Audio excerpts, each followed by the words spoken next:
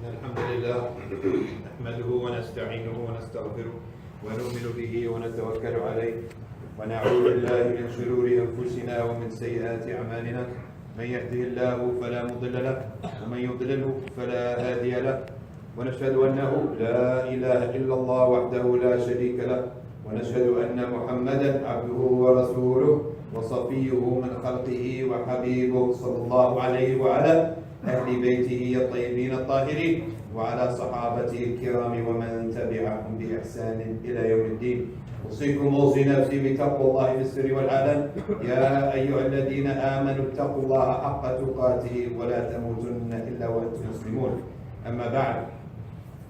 It used to be that the month of Ramadan was a time where nobody sought knowledge or discussed matters of ilm solely for the sake of ibadah. But the ulama over time have come to realize there is never a moment where people can forego knowledge and focus on simply ibadah and the purification of their hearts. But rather, fahm and understanding and knowledge is superior to ibadah. The Prophet ﷺ said, the difference between a great worshipper who worships his entire life and someone who studies and has knowledge, the difference is as the difference of the least of you in comparison to me, to himself ﷺ. Or the most distant of stars in comparison to the moon in its benefit to people. Moon comes out in the old days, then thieves have to be cautious. You can see dogs, you can see scorpions. When the moon comes out, you have no harm. And he said, sallallahu alayhi wasallam, to study for an hour, to examine an issue for an hour, is better than 70 years of worship. So fahm is the hallmark of our deen and understanding. Our deen is based more on understanding than on devotion. And for this reason, is the month of the Quran, and the first revelation was Iqra. And in this revelation, Iqra bismi rabbika alladhi khalaq. The first khalaq here means created everything. It's mutlaq. He created all things. But then in specific, now relating to us, خَلَقَ الْإِنسَانَ مِنْ عَلَقٍ. And many of the ulama wonder. It says he created the human being from a clock. Then he says taught him what he doesn't know. Well, everyone is taught what they don't know. Nobody's taught what they do know. So what's the value of this repetition? And what's the link between the description of the human being's knowledge of taught him what he doesn't know and created him from alaq, from a thing that you would hate, a type of sticky fluid that if it's on your body, you'd wash it off, right? You wouldn't spend a minute allowing this sticky, disgusting fluid on your body. And Allah calls it in another, from our creation, is from ma'im maheen, a despised fluid. It's despicable. It's despised fluid. So why would we be created from a despised fluid? And why would Allah emphasize to the student, to this learning creature, who in one hand we're told we're the crown of creation, but on another hand we keep being told you're created from nothing. You're created from ma'im maheen, and you're created from alaq, is to humble the human being. Because the barrier between the human being and benefiting from this revelation, or benefiting period, is his arrogance. Arrogance is the barrier from a human being and his progress. Be it in knowledge or in anything else, is kibr. And for this reason, the mutakabbir can't stand the Quran. And we will not benefit from the Quran, which is constantly telling you, Inna Allah ya'lam wa antum la ta'lamun. Allah knows and you don't know. We are constantly being pushed down. Which part of it's being pushed down and which part of it's being elevated? وَلَقَدْ كَرَّمْنَا بَنِي آدَمَ. Allah says we ennoble the human being. And in one set of verses says, we made him fi ahsani taqweem. We elevated him up, then we put him down. So which one is it, up or down? Because a human being in this has a tafsir. We're not one part, we're consistent of parts. One part has to be down in order for the other part to come up. The part that has to be down is the nafs, the ego. The ego of the human being has to always be down by being reminded of our origins and our limitations. And if for the ego to come down, then the aql, the intellect, and the ruh, and the value of the human being can rise. And in the subject of humility is not just outward humility, such as I let someone else go in front of me. Or I recognize that there are other people better than me. There is doctrinal humility as well. And these doctrinal meaning of having to do with beliefs. And of this, there are two beliefs that can seep into a person. In all of his humility will be rendered naught. All of his humility will merely be outward fractions of humility if he retains these two ideas that are floating around our societies like the air, like an airborne virus. And they come out in our language. When we speak, you can see some of these beliefs coming out. And these two beliefs are progressivism and individualism. As a belief, as a position and a view of the world, these two ideas render all of our humility nullified and voided. The first idea, the idea of progressivism, is that what we're in here and now is the best that we can be. This is the apex of humanity, is here and now. And people say this all the time. They make a value statement by saying, well, it's 2018. It's 2018, as if that's an argument for something.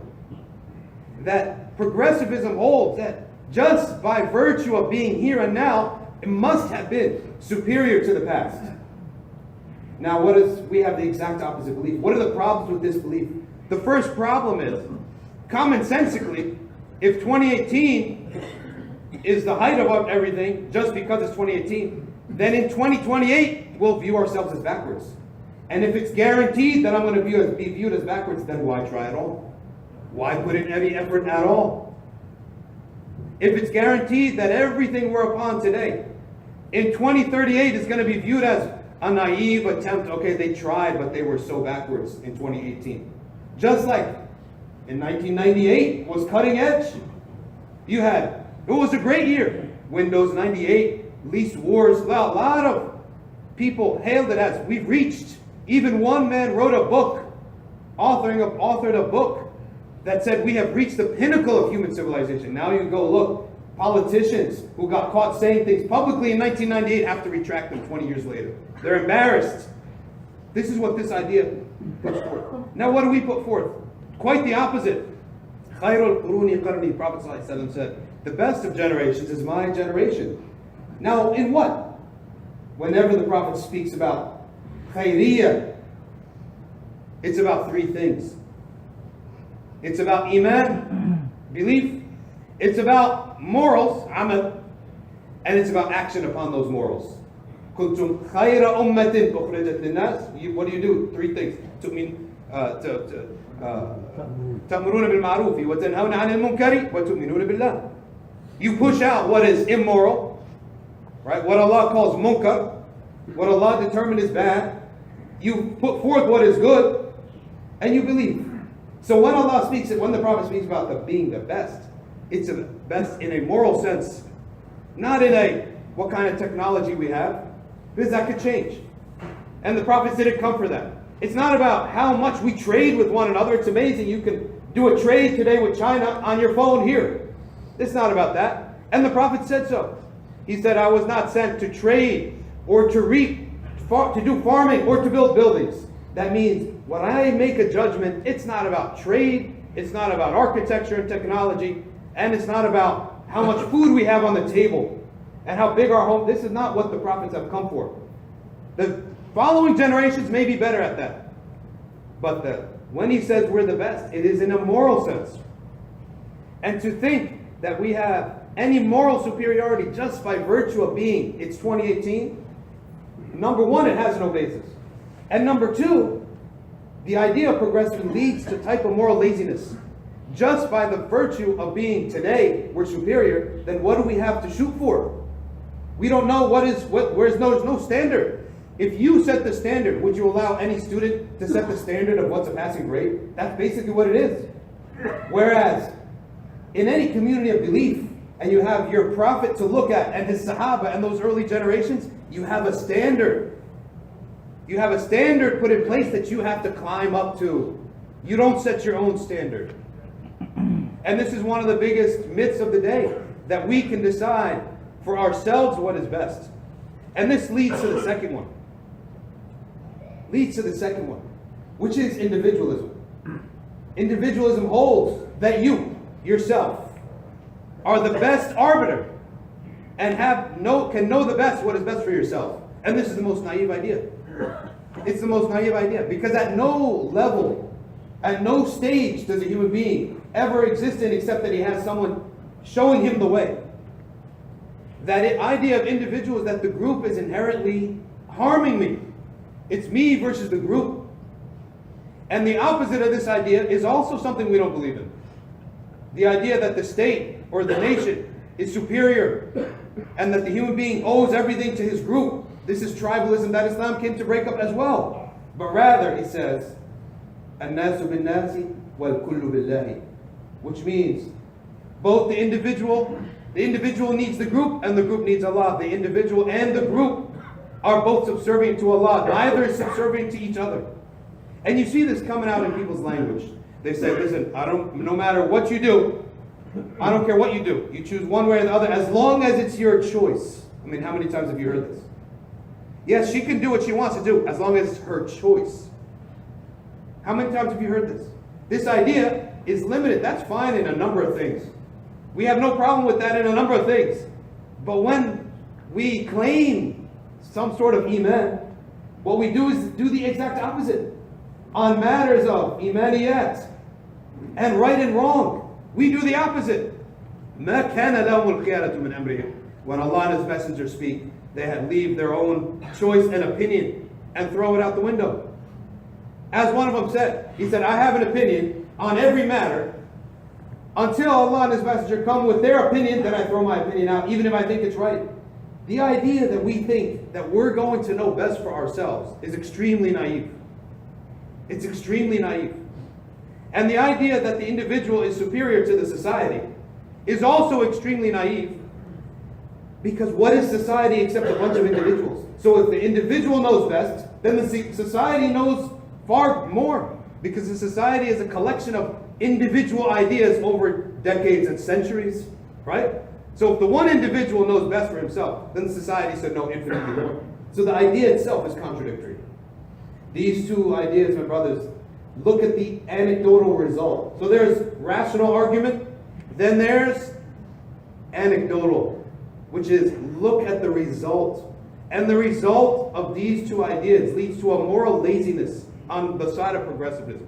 That just whatever we decide today is going to be the scorecard and the new standard. So all it has to do is be different. There's no up and down, it's just different. Secondly, with individualism, the height of human happiness is in belonging to a group that has a meaning beyond their own self. Even in misery, misery loves company. If you're miserable by yourself, it's 10 times worse. So in misery, human being loves company. In happiness, you need to celebrate with somebody. So in the two extreme states of human beings, we're better off with people. Then in the middle, it's going to be better with people as well. The problem with individualism is, if your sole happiness, if your happiness is the sole most important priority, then you're creating a world in which your suffering is only your fault too. Then you will suffer alone as well, because you put yourself ahead of the group when it comes to your own happiness and satisfaction. So likewise, when you come to suffer, you're going to suffer by yourself as well. You can't have it both ways. You can't be all selfish, but then when something happens, all of a sudden you expect the group to have solidarity with you, to help you out, to be with you, to sympathize with you. You can't have it both ways. Only the one who prioritizes the jama'ah, the group, this is a big doctrine that we have. Why do you prioritize the jama'ah? Because in your time of need, you're going to need that jama'ah. That's why. You create your own insurance policy by putting the jama'ah first, putting the group that you live in. What did the Prophet ﷺ say? None of you believe until you love for your brother what you love for yourself. This is like the golden rule. Okay? This is the golden rule. You love for your brother what you love for yourself. So that when the bad comes around, you have many people there who owe you a favor, and they support you in your time of need. The greatest disease today, that's an epidemic, is depression caused by loneliness. So what has individualism produced in the world? A bunch of people at 40 and 50, they've sacrificed their ties for the sake of their own selfishness, and at 40 and 50, they're all alone. At a moment where they're not stars anymore. They don't look as beautiful anymore. They don't have the power of youth anymore. And nobody wants them because they've done nothing for anyone else. This is so much so has it been an epidemic that the United Kingdom established an official government ministry, just like you have Minister of Education, Minister of Health, Minister of Defense. They have a ministry, like a department for loneliness. That's it, for people that are alone. We'll never look at the root cause. It's your philosophy, what you believed in, and what you peddled to all the students in these public schools. Oh, it's your choice, whatever it is. So you're putting yourself above everything else. We say, neither we put ourselves, nor we put the Jama'ah above everything else, but both the self and the society are subservient and living in line with Allah subhanahu wa ta'ala's will.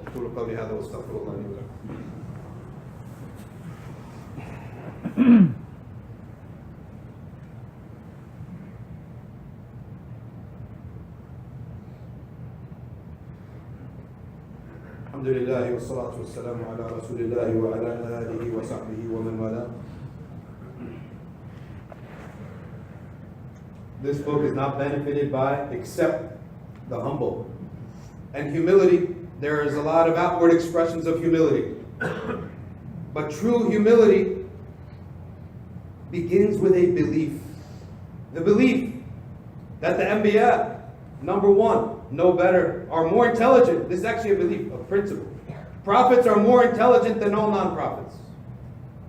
And that the generation of Prophet and Sahaba, alayhim ridwanullah, are the greatest of generations in the sight of Allah subhanahu wa ta'ala. And when you're the greatest in the sight of Allah, it doesn't matter whether you had technology, whether you had big homes, whether you had much food on the table, how you traded, all of that doesn't make a difference. It's like a student in high school.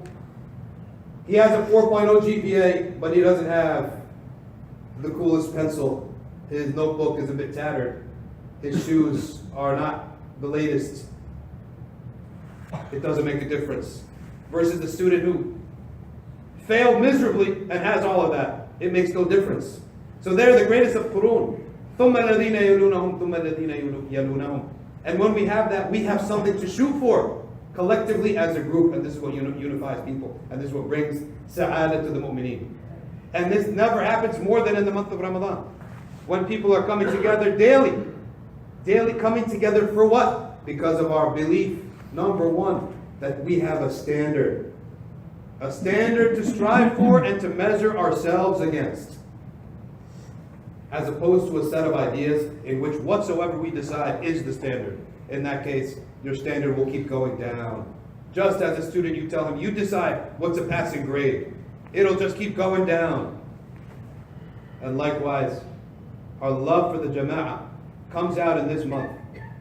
And in this month, they said, ulama say, why is it Prophet ﷺ said Salah in Jama'ah is superior? They said not for the Salah itself, but rather for what you do for others in that Jama'ah. The least being smiling and saying, giving them the salam. Why? Because when 10 or 20 or 30 people smile and give you salam every day, at the very least, it's a dua. It pushes off some harm that would have come your way. And we know, لا يرد القدر إلا الدعاء. The bad is coming down, it's coming down either way. However, the Prophet ﷺ said, the dua can come up and block it for your entire life, and you live your entire life إلى يوم القيامة. Hadith of the Prophet sallallahu alaihi wasallam. لا يزال دعاء المؤمن والقدر يعتلجان في السماء إلى يوم القيامة. The dua of people, the qadr is a qadr, it's coming down either way. However, the dua of a mu'min blocks it. It blocks it, and you walk underneath the safety of that dua until Yawm al-Qiyamah. Meaning until your death. You die, and yes, it was supposed to come upon you, but the dua blocked it. And what is salam other than dua for your brother?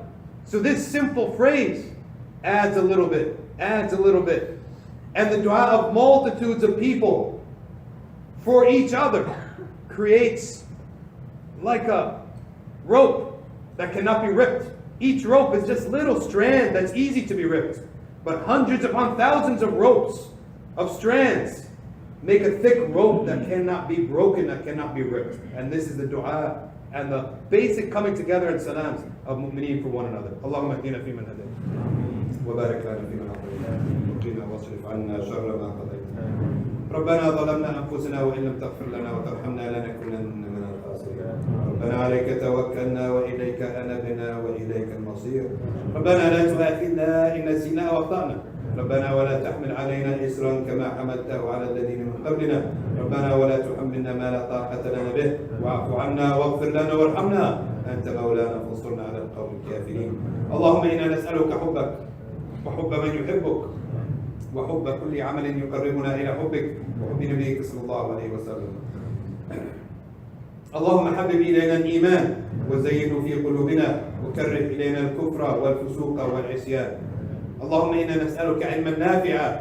اللهم إنا نسألك علما نافعا ونعوذ بك من جهل يضر ومن علم لا ينفع. We ask Allah subhanahu wa ta'ala to make Iman sweet in our hearts and to make it beloved to us and make kufr, disbelief, and fusuq, disobedience, and isyan, sinfulness, hateful and bitter inside of us. We ask Allah subhanahu wa ta'ala for our youth that Allah makes them love Iman and that He bestows us and them beneficial knowledge and pushes away from them the dhulumat, the darknesses and confusion. We ask Allah subhanahu wa ta'ala for all those who are sick in our community, all those who are elderly, all those seeking marriage, that Allah makes it easy for them, all those seeking children, that Allah blesses them, all those seeking jobs, that Allah speeds up their rizq and makes it halal and pure from this life and the next. Ask Allah subhanahu wa ta'ala for all those suffering throughout the world in Kashmir, the Rohingya people, and in Gaza, and in Sham and Syria, and in all the parts of the world, of all those from our ummah suffering. May Allah Azza wa Jal make it a kafara for them. Make it a kafara for their sins and make them enter Jannah without hisab. And for all the injustice around the world, that Allah lifts it and brings justice speedy. We ask Allah subhanahu wa ta'ala that He make most beloved to us, more beloved than our own selves, than our families. His most beloved Sayyidina Muhammad sallallahu alayhi wa sallam.